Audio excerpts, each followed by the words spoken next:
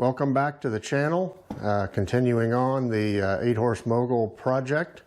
I have the mixer assembly here.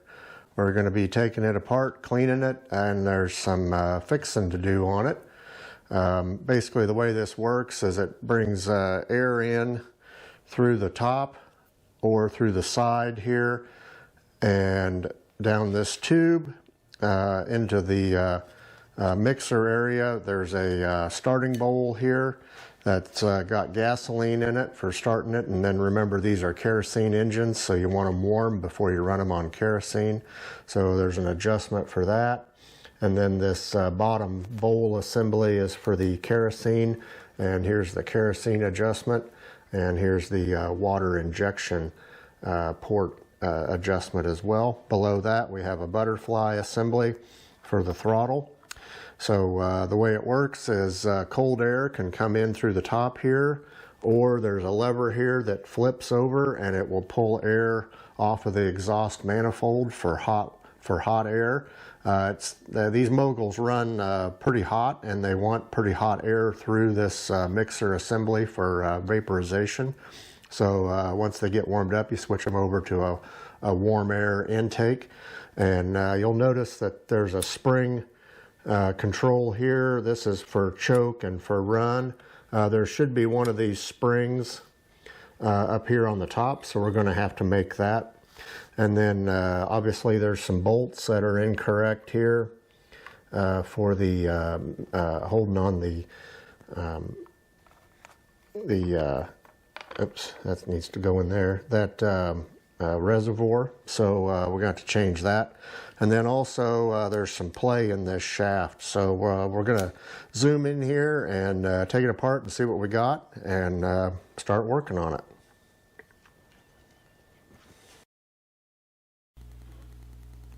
Okay, we'll get started here. I'm going to take this top air assembly off. 3 bolts hold that on to the top of the bowl for the starting fluid, and it also holds that starting bowl on too.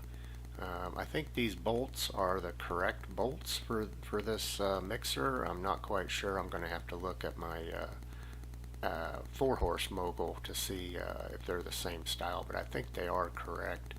So we're ready to take that top assembly off. That spring that we have to make spring handle is going to be a challenge. I'm not sure how I'm going to do that.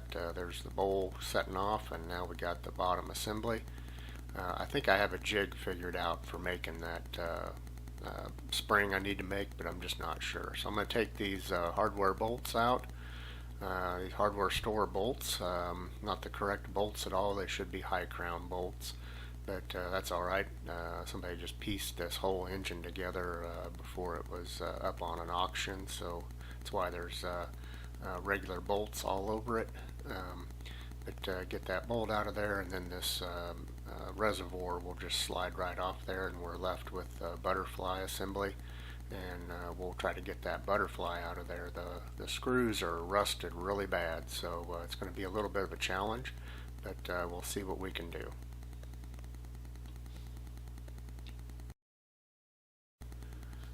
Close up of the play in this shaft, and the cotter pin's not right. It should be a taper pin, but we'll get to work on this here in just a minute.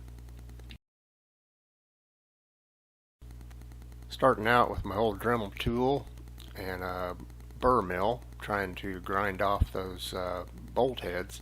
It's not working too good. The Dremel tool is just too big to fit down in there and get moved in the right position, so I'm going to have to come up with another plan here.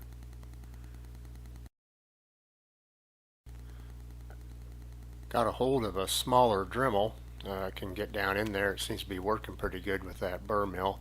Yeah, I got to keep tightening the chuck up on it though, because I run it loose, because when I had it really tight it would grab and then throw itself over in the side of that mixer, and it was starting to ding it up pretty good. So it's just kind of a safety there. It'll spin out, and then I just tighten it up with my hand and get it to work again then for a little bit. So we'll get to going here and see if we can get these bolts out of here. think I got those bolt heads whittled off good enough to get this plate punched out of here. I'm going to use an old screwdriver to see if I can work it loose. I don't want to bend that plate any more than it already is. It's bent up pretty bad and I'm going to have to do some work on it, but there it is. That's the throttle plate out of the mixer. So now we'll get to working on getting the shaft out and get over on the lathe.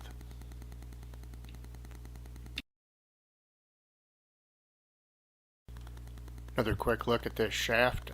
Not only do we have to fix the side play, but that spring is broken, so we're going to have to make that little torsion spring in another video. Shouldn't be too hard to make, but I've never made a spring before, so I guess we'll find out.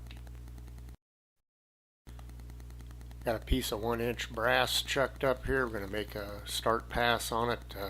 That shaft is about 570 thousandths is what I'm going to shoot for. I have to start with a 1-inch shaft though, because there's a knob on the end of it that I think was just there so you could reach in and open the throttle manually. It's kind of a hand knob there, so it's kind of a feature. So I need to start with a 1-inch material, so I'm just going to dress this down and get a nice smooth surface on it and then start taking it to a dimension.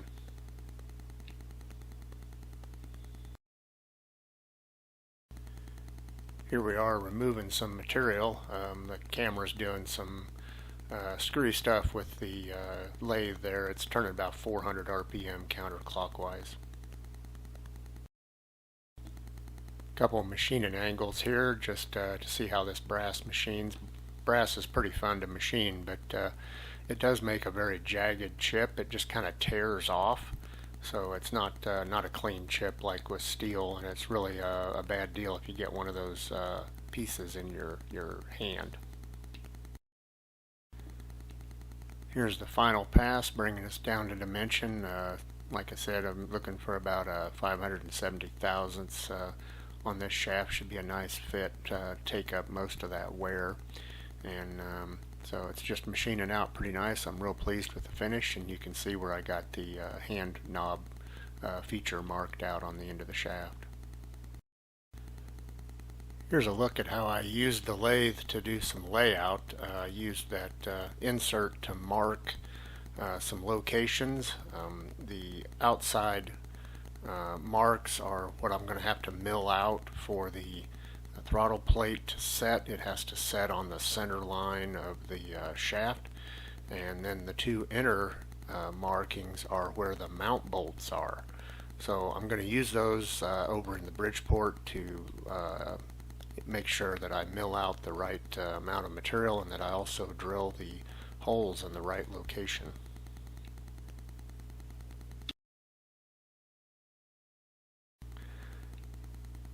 Got my inspection plate out. I'm going to use it to mark the center line of this shaft. I need to mill down to the center line.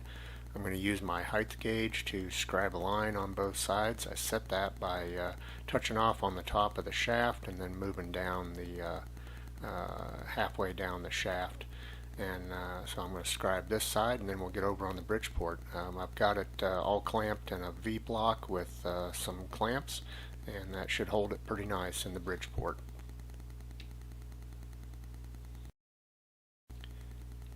Here's a look at the original shaft. It's not bent. The GoPros, their lens causes distortion up close, so that's why it looks bent, but it's not. You can see the knob feature on the left side there, and then the section in the middle that I have to mill out for the throttle plate, and you can also see what's left of the bolts that were in it.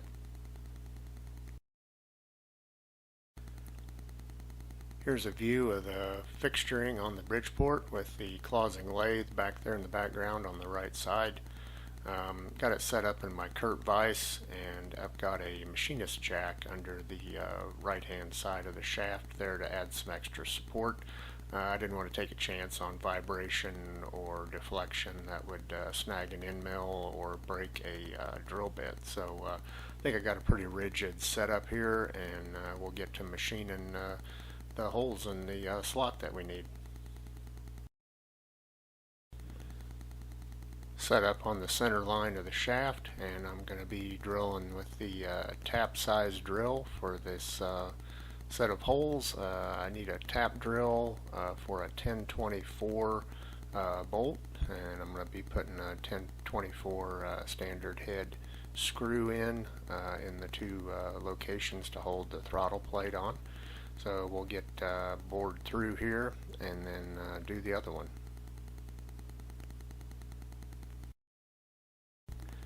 And here I am moving a center drill over to the other hole location. Always want to use a center drill on these round parts when you're drilling them. Otherwise the drill bit will walk around or break, and you just don't get a good hole where you want it. So I'm going to center drill that and then run the drill bit through, and then we'll be ready to tap.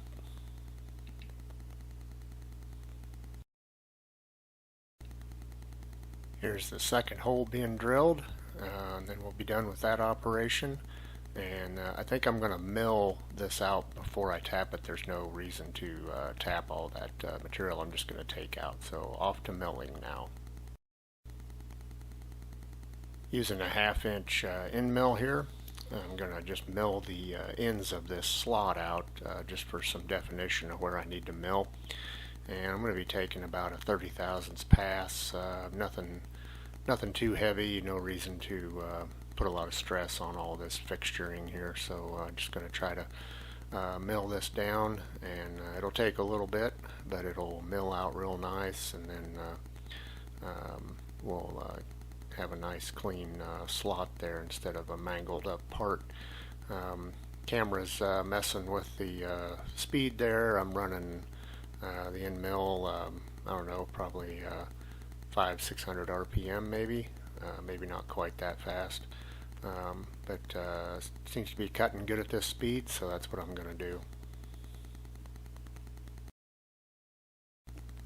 Milling the other end down here. I'm going to take it down just very close to that center line, and then mill out the center, and then I'll make one pass to true everything up and bring it right down to that center line.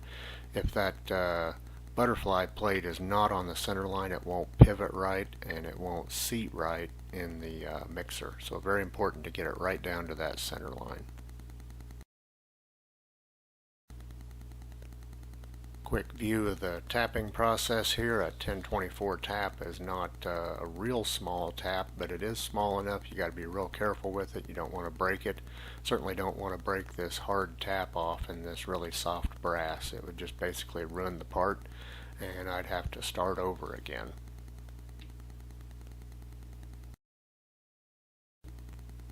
Changed my fixture a little bit, and I have the linkage yoke on the shaft where it's oriented in the correct position, and I'm just going to be drilling through here. I put a pilot hole through that. I did a center drill and then a smaller drill bit, and then I'm just using this taper pin drill bit so I can put a number 2 taper in there. This drill bit is tapered to match the pin, so it makes the proper hole for that tapered pin, and then the whole assembly is just held on by a light tap.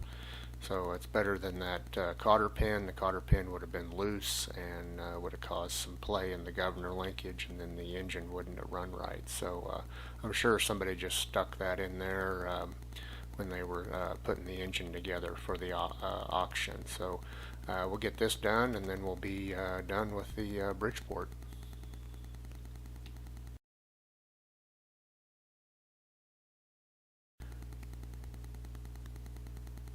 Parting the shaft off on the lathe, and then we'll be ready to turn it around and dress the end of it and make that knob the correct dimension and put a little chamfer on it. Parting on the lathe always takes quite a bit of time, so I'll just do most of that off camera.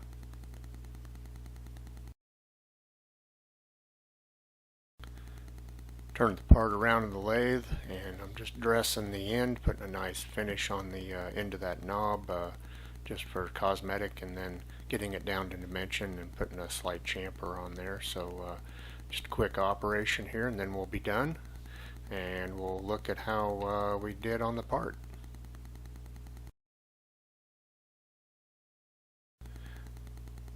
Well, here's a picture of the original part on the top and the part that we just made on the bottom. I think they turned out well.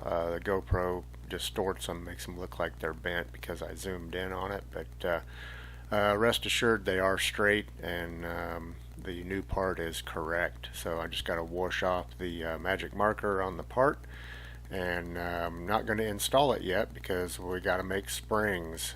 We need to make a torsion spring for the governor on this part. It holds the tension on the linkage, so it keeps any play out of the linkage. So it's a pretty weak spring, but I do have to make one, so that'll be in the next video. And if you like what we're doing here, like and subscribe, and I'll see you in the next video.